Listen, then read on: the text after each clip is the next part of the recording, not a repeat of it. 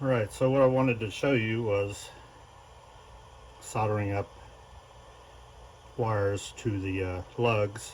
And this particular unit is one of our mini key switches, but the ones that come typically with an order when you order a key switch are these. It's a little bit bigger and should be easier to solder to, just to make sure that you have a good uh, fixture to hold the key switch steady. This type of device probably won't work with this size, probably need a full size vise, but I just want to let you know and show you that it's relatively simple to solder wires to your key switch. Thanks, have a great day.